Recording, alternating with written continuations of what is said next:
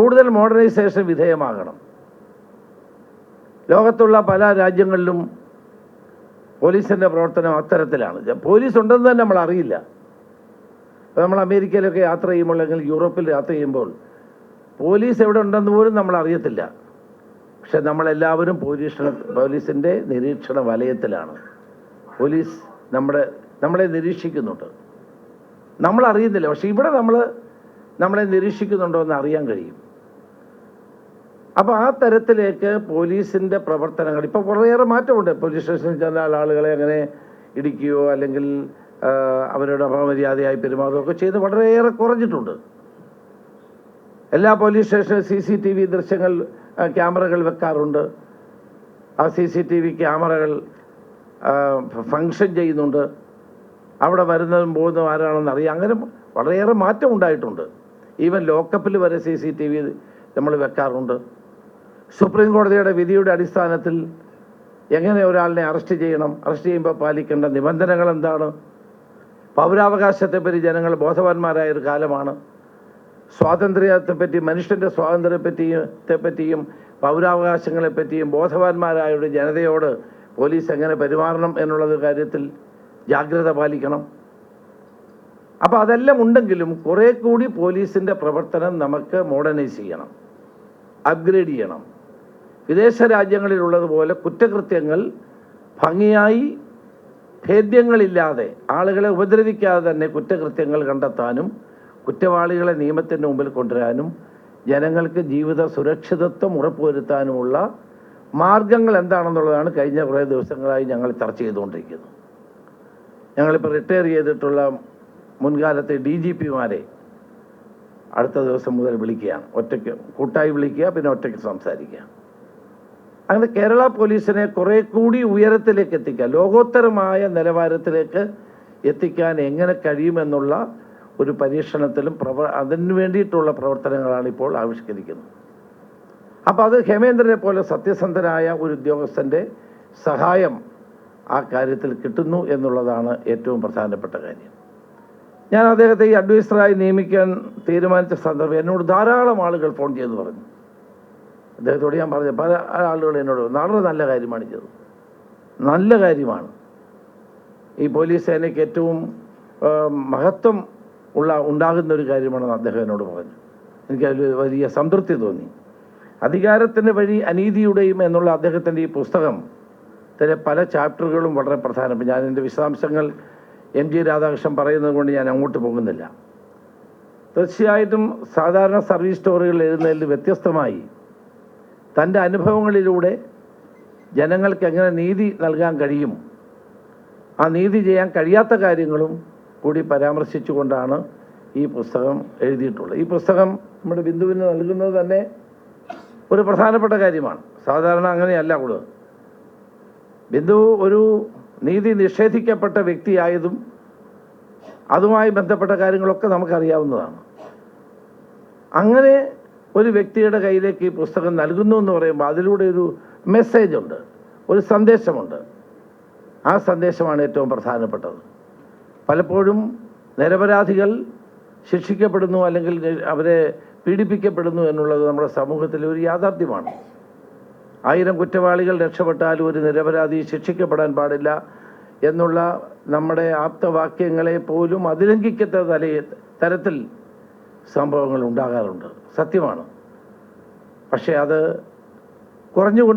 കുറയ്ക്കുക എന്നുള്ളതാണ് നമ്മുടെ ലക്ഷ്യം.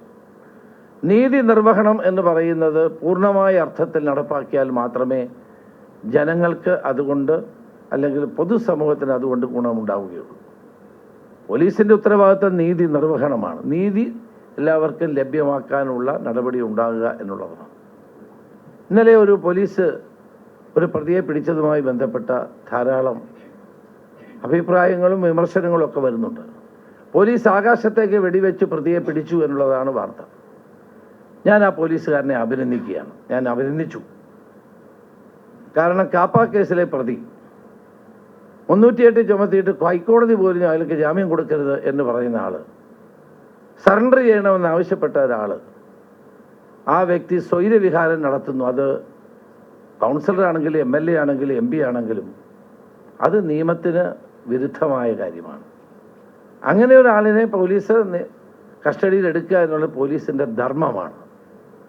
അവിടെ രാഷ്ട്രീയമോ ജാതിയോ മതമോ ഒന്നും പ്രശ്നമല്ല. അവിടെ ആക്ട് ചെയ്തില്ലെങ്കിലാണ് പോലീസ് നീതി നിർവഹണം നടത്തുന്നില്ല എന്ന് നമുക്ക് പറയാൻ കഴിയുന്നത്. അതുകൊണ്ട് അത്തരം പ്രവർത്തനങ്ങൾ അങ്ങനെ വരുമ്പോൾ പോലീസിനെ ആക്രമിക്കുക, പോലീസുകാരെ ബുദ്ധിമുട്ടിക്കുക, അത്തരം നടപടികൾ ഉണ്ടാകാതിരിക്കുക എന്നുള്ളതാണ് ഏറ്റവും പ്രധാനപ്പെട്ടത്. ഇവിടെ ഞാൻ നേരത്തെ പറഞ്ഞു, പോലീസിൻ്റെ എല്ലാ പ്രവർത്തനങ്ങൾക്കും കോടതിയുടെ നിരീക്ഷണമുണ്ട്, സ്ക്രൂട്ടണിയുണ്ട്. ആ നിലയിലാണ് പോലീസ് പ്രവർത്തിക്കുന്നത്. അങ്ങനെയാണ് പോലീസ് പ്രവർത്തിക്കേണ്ടതും.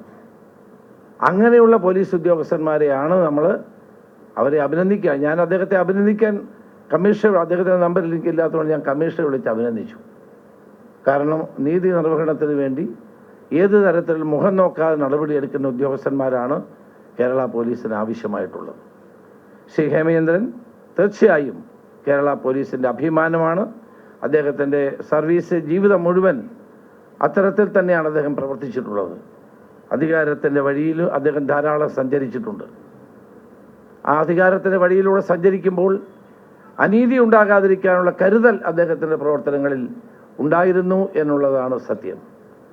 അദ്ദേഹത്തിന് കൊടുത്ത ഏത് ചുമതല കൊടുത്ത, അത് ഫയർഫോഴ്സ് ആണെങ്കിൽ അതിലും ഭംഗിയായി അത് നിറവേറ്റുവാൻ, നീതി നിർവഹണം നടത്തുവാൻ, അതുവഴി ജനങ്ങൾക്ക് പ്രയോജനപ്പെടുത്താൻ എങ്ങനെ കഴിയും എന്നുള്ളതിനെ പറ്റിയാണ് ആലോചിച്ചത്. നമ്മുടെ സർവീസിൽ പ്രവർത്തിക്കുമ്പോൾ വിവിധ ഡ്യൂട്ടികൾ നമ്മൾ ചെയ്യേണ്ടി വരും. ഇന്ന ഡ്യൂട്ടി മാത്രമേ ചെയ്യണമെന്ന് ആർക്കും പറയാൻ കഴിയില്ല. പക്ഷേ ഏത് ഡ്യൂട്ടി ചെയ്താലും അതിനകത്ത് ഹേമചന്ദ്രൻ്റെ ഒരു സ്റ്റൈൽ, ഒരു ടച്ച് ഉണ്ടായിട്ടുണ്ട് എന്നുള്ളതൊരു സത്യമാണ്. തീർച്ചയായിട്ടും ഈ പുസ്തകം ഭാവിയിൽ IPS ആരായി വരുന്ന യുവ IPSകാർക്ക് ഒരു അനുഭവ പാഠമായി തീരും. ജനങ്ങൾക്കിത് വായിച്ച് തീർച്ചയായിട്ടും പോലീസിനെ പറ്റിയുള്ള മതിപ്പും അതോടൊപ്പം തന്നെ പോലീസിൻ്റെ പ്രവർത്തനങ്ങളെ പറ്റിയുള്ള ഒരു കാഴ്ചപ്പാട് ഉണ്ടാകും എന്നുള്ള കാര്യത്തിൽ സംശയമില്ല. തീർച്ചയായും കേരള പോലീസിൻ്റെ പ്രവർത്തനം മെച്ചപ്പെടുത്താനും ഇത് സഹായിക്കുമെന്നാണ് എൻ്റെ പ്രതീക്ഷ. ഞാൻ നേരത്തെ പറഞ്ഞ പോലെ കേരളത്തിലെ പോലീസ് ഉദ്യോഗസ്ഥന്മാർ മറ്റ് പോലീസ് സംസ്ഥാനങ്ങളുമായി താരതമ്യപ്പെടുത്തുമ്പോൾ മികച്ച, ഇവിടെ ഇരിക്കുന്ന ധാരാളം റിട്ടയർ ചെയ്ത പോലീസ് ഉദ്യോഗസ്ഥന്മാരുണ്ട്. അവരോടൊക്കെ ഞാനും പ്രവർത്തിച്ചിട്ടുള്ള ആളുകൾ, നല്ല മിടുക്കന്മാരായ ആളുകൾ, സമർത്ഥരായ ആളുകൾ, കുറ്റകൃത്യങ്ങൾ തെളിയിക്കുന്ന കാര്യത്തിൽ വളരെ പ്രധാനപ്പെട്ട ചെറിയൊരു ഉദാഹരണം കൂടി ഞാൻ പറഞ്ഞുകൊണ്ട് അവസാനിപ്പിക്കാം. ഞാൻ ആഭ്യന്തരമന്ത്രിയായിരുന്ന സമയത്താണ് ലുലു മാളിൽ ഒരു ദിവസം ഒരു ഫോൺ വന്നു, ലുലു മാളിൽ ബോംബ് വെച്ചിട്ടുണ്ട്. ലുലു മാൾ ആദ്യമായിട്ട് ആരംഭിക്കുകയാണ് എറണാകുളത്ത്. ഹേമചന്ദ്രൻ ഇൻ്റലിജൻസ് മേധാവിയാണ്. അപ്പോൾ എല്ലാവരും 10,000-2,000 കോടി രൂപയുടെ ഇൻവെസ്റ്റ്മെൻറ്റ് ആദ്യമായി കേരളത്തിൽ വരികയാണ്. അതിൻ്റെ ഉടമയായ യൂസഫ് അലി ആകെ പരിഭ്രമത്തിലായി. കാരണം ആദ്യമായിട്ട് കേരളത്തിൽ ഒരു ഇൻവെസ്റ്റ്മെൻറ്റ് വരികയാണ്. ഒരു ഫോൺ വന്നതിൻ്റെ അടിസ്ഥാനത്തിൽ ആകെ പോലീസും ബേജാറായി, എല്ലാവരും ബേജാറായി. ഒരു ടൈമൊക്കെ പറഞ്ഞ് ഇന്ന സമയത്തിനുള്ളിൽ ബോംബ് പൊട്ടും എന്നാണ്. കണ്ടുപിടിക്കാനാവുന്നത്ര ശ്രമം നടത്തി നോക്കി.